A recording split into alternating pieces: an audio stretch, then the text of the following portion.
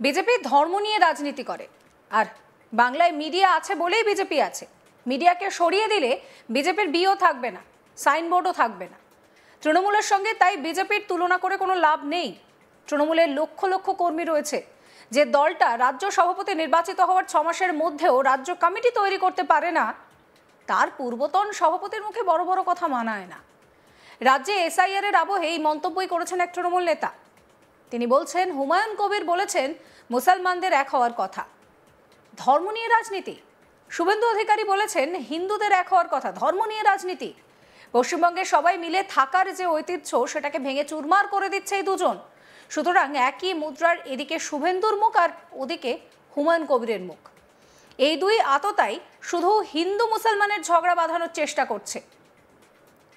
দুজনেই সমস্ত কিছু মিলে ঝুলে ষড়যন্ত্র করছে। তবে আগামী দিনে মানুষ জাতের নামে বদজাতি বিভাজন কোনোটাকেই গ্রহণ করবে না, এদেরকে পরিত্যাগ করবে। ভোটে শোচনীয় পরাজয় হবে, বিদায় করিয়ে দেবে। বর্ধমান শহরে দলীয় কর্মীদের কর্মী সভায় যোগ দিয়ে সাংবাদিকদের সামনে এই মন্তব্যই করলেন তৃণমূল নেতা জয়প্রকাশ মজুমদার। কি বলছেন তিনি, শোনাবো। ধর্ম নিয়ে রাজনীতি করে বাংলায় মিডিয়া আছে বলে বিজেপি আছে। মিডিয়া সরিয়ে নিলে বিজেপির বিও থাকবে না, বিজেপির সাইনবোর্ডও থাকবে না। সুতরাং তৃণমূলের সঙ্গে কোনো তুলনা করে লাভ নেই। তৃণমূলের লক্ষ লক্ষ কর্মী আছে। যে দলটা রাজ্য সভাপতি নির্বাচিত হওয়ার 6 মাসের মধ্যে রাজ্য কমিটি তৈরি করতে পারে না, তার পূর্বতন সভাপতির মুখে এইসব বড় বড় কথা মানায় না।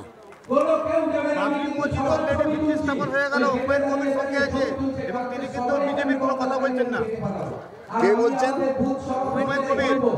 দেখুন, আমি বলেছি আজকে হুমায়ুন কবির বলছেন মুসলমানদের এক হওয়ার কথা, ধর্ম নিয়ে রাজনীতি। শুভেন্দু অধিকারী বলছেন হিন্দুদের এক হওয়ার কথা, ধর্ম নিয়ে রাজনীতি। পশ্চিমবঙ্গের সবাই মিলে থাকার যে ঐতিহ্য, সেটাকে ভেঙে চুরমার করে দেওয়ার চেষ্টা করছে এই দুজন। সুতরাং দুজনের বক্তব্যই কোনো তফাৎ নেই। একই মুদ্রার এপাশে শুভেন্দুর মুখ, ওপাশে হুমায়ুন কবিরের মুখ। তারা শুধু হিন্দু মুসলমানের ঝগড়া বাঁধাবার চেষ্টা করছে, এই দুই আততায়ী। এবং এদের পরিকল্পনা বা ষড়যন্ত্র দুজনেই মিলে আছেন এক জায়গায়, দুজনেই মিলে ঝুলে করছেন এটা। এবং সামনের দিনে পশ্চিমবঙ্গের মানুষ এই জাতের নামে বদজাতি, এই ধর্মের নামে বিভাজন কোনোটাকেই গ্রহণ করবে না, বরং এদেরকে পরিত্যাগ করবে। এদের ভোটে শোচনীয় পরাজয় করিয়ে বিদায় করে দেবে। তিনি আরো বলছেন যে আইএসএফ কে বিজেপি তৈরি করেছে, এখন হুমায়ুন কবিরকেও বিজেপি তৈরি করেছে। আইএসএফ এর যা বক্তব্য ছিল, এখন হুমায়ুন কবিরও ঠিক একই কথা বলছে। এদের অবস্থা ঠিক আইএসএফ এর মতোই। হিন্দু মুসলিমের বিভাজন দূর করার মধ্যে একমাত্র দরকার হচ্ছে মমতা ব্যানার্জিকে। সর্বভারতীয় ক্ষেত্রে বিজেপিকে তাড়িয়ে মমতা ব্যানার্জিকেই দরকার। মমতা ব্যানার্জিকে সরাতে গেলে যে ক্ষমতার দরকার, সেটা কারুর নেই, সেই কথাই বলছে। কি বলছেন এই নিয়ে জয়প্রকাশ মজুমদার, শোনাবো। 2020-তে আপনাদের মনে আছে, 5 বছর আগে 2021-এর নির্বাচনের জন্য এবার হয়েছে হুমায়ুন কবির। এগুলো কি কাকতালীয়?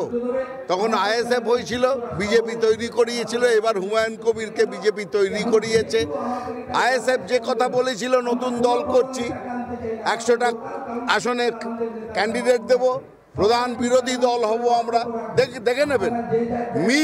মিমের কথা বলেছিল আইএসএফ। মিমের প্রধান কলকাতায় এসে আইএসএফের সিদ্দিকিদের সঙ্গে বসেছিলেন। সেটা 2020-র কথা। 2021-এ কি হয়েছিল আপনারা জানেন। সিপিএম নেই, কংগ্রেস নেই, আইএসএফ একটা সিট। সুতরাং হুমায়ুন কবিরও যা বলছেন, আইএসএফের যা দশা হয়েছিল তারও তাই দশা হবে। 1947 সালে তৎকালীন দুটো পার্টি দেশভাগ চেয়েছিল। একটি মুসলিম লীগ, মোহাম্মদ আলী জিন্নাহ, আর একটা হিন্দু মহাসভা, তার নেতা ছিলেন সাভারকার। আপনারা ইতিহাস দেখে নেবেন। এই দুজন বলেছিলেন আমরা বিভাজিত ভারতবর্ষ চাই।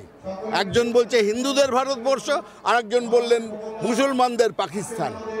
আর আজকে দেখুন 80 বছর হয়ে গেছে সেই বিজেপি যারা স্বাধীনতা সংগ্রামে কোনো অংশগ্রহণ করেননি, বিজেপি পার্টি ছিল না, আজকে তারা ওই সাভারকারের বক্তব্য ধরেই বলছে ভারতবর্ষের মধ্যে শুধু হিন্দু থাকবে, আর আরেক দল বলছে মুসলিমরা লড়ে নেবে। এই যে বিভাজন, এটাকেই দূর করার জন্য মমতা বন্দ্যোপাধ্যায় দরকার। মমতা বন্দ্যোপাধ্যায়কে শুধু বাংলায় নয়, সর্বধর্ম সমন্বয় এবং সংবিধান মেনে ভারতবর্ষকে উন্নয়নের পথে এগিয়ে নিয়ে যাওয়ার জন্যে বিজেপিকে তাড়িয়ে সর্বভারতীয় ক্ষেত্রেও মমতা বন্দ্যোপাধ্যায়কে দরকার। আপনি বললেন আইএসএফ নিয়ে গতকাল কে বলছেন? আবার বলছি, সে 2020-তেও বলেছিলেন, 21-এ বলেছেন, আবার 2025-এ বলছেন। এইসব কথার কোনো গুরুত্ব নেই। ক্ষমতা থাকা দরকার। মমতা বন্দ্যোপাধ্যায়কে সরাতে গেলে যে ক্ষমতা দরকার, 5th ডিভিশনও নয়, 10th ডিভিশনের একটা প্লেয়ার এসে ফার্স্ট ডিভিশনের চ্যাম্পিয়নকে বলবে এবার তোমাকে হারিয়ে শিল্ড পাবো, এইসব হচ্ছে স্বপ্নের বিরিয়ানিতে ঘি ঢালা। যত ইচ্ছে স্বপ্নের বিরিয়ানিতে আপনি ঘি ঢালতে পারেন, মুখের কথার ওপর ট্যাক্স নেই। বলছেন, বলতে দিন। আরে প্রতিজ্ঞা করলে কি হবে? ঘরের মধ্যে করেছেন, আবার ঘরে ঢুকে যাবেন। জয়প্রকাশ মজুমদার পরিষ্কার বলছেন যে মিডিয়াকে সরিয়ে দিলে বিজেপির বিও থাকবে না, সাইনবোর্ডও থাকবে না। তৃণমূলের সঙ্গে বিজেপির তুলনা করে কোনো লাভ নেই। তৃণমূলের লক্ষ লক্ষ কর্মী আছে। যে দলটা রাজ্য সভাপতি নির্বাচিত হওয়ার 6 মাসের মধ্যে একটা রাজ্য কমিটি করতে পারে না, তার পূর্বতন সভাপতির মুখে বড় বড় কথা মানায় না। রাজ্যে এসআইআর আবহে এই মন্তব্যই করেছেন তিনি। তিনি আরও বলছেন যে হুমায়ুন কবির বলেছেন মুসলমানদের এক হওয়ার কথা, ধর্ম নিয়ে রাজনীতি। শুভেন্দু অধিকারী হিন্দুদের এক হওয়ার কথা বলছেন, ধর্ম নিয়ে রাজনীতি। পশ্চিমবঙ্গে সবাই মিলে থাকার যে ঐতিহ্য, সেটাকে ভেঙে চুরমার করে দিয়েছে এই দুজন। সুতরাং একই টাকার এপিট আর ওপিট হুমায়ুন কবির এবং শুভেন্দু অধিকারী। এই দুয়ের আততায়ীর এই হিন্দু মুসলিমের ঝগড়া বাঁধানোর একটা চেষ্টা চলছে। আগামী দিনে মানুষ এর জবাব দেবে। জাতের নামে বজ্জাতি বিভাজন কোনোটাকেই মানুষ গ্রহণ করবে না, এদেরকে পরিত্যাগ করবে। ভোটে শোচনীয় পরাজয় হবে এদের। বর্ধমান শহরে দলীয় কর্মীদের সব কর্মী সভায় যোগ দিয়ে এই মন্তব্যই করেছেন জয়প্রকাশ মজুমদার। তিনি আরও বলছেন যে আইএসএফকে বিজেপি তৈরি করেছিল, এখন হুমায়ুন কবিরকে বিজেপি তৈরি করেছে।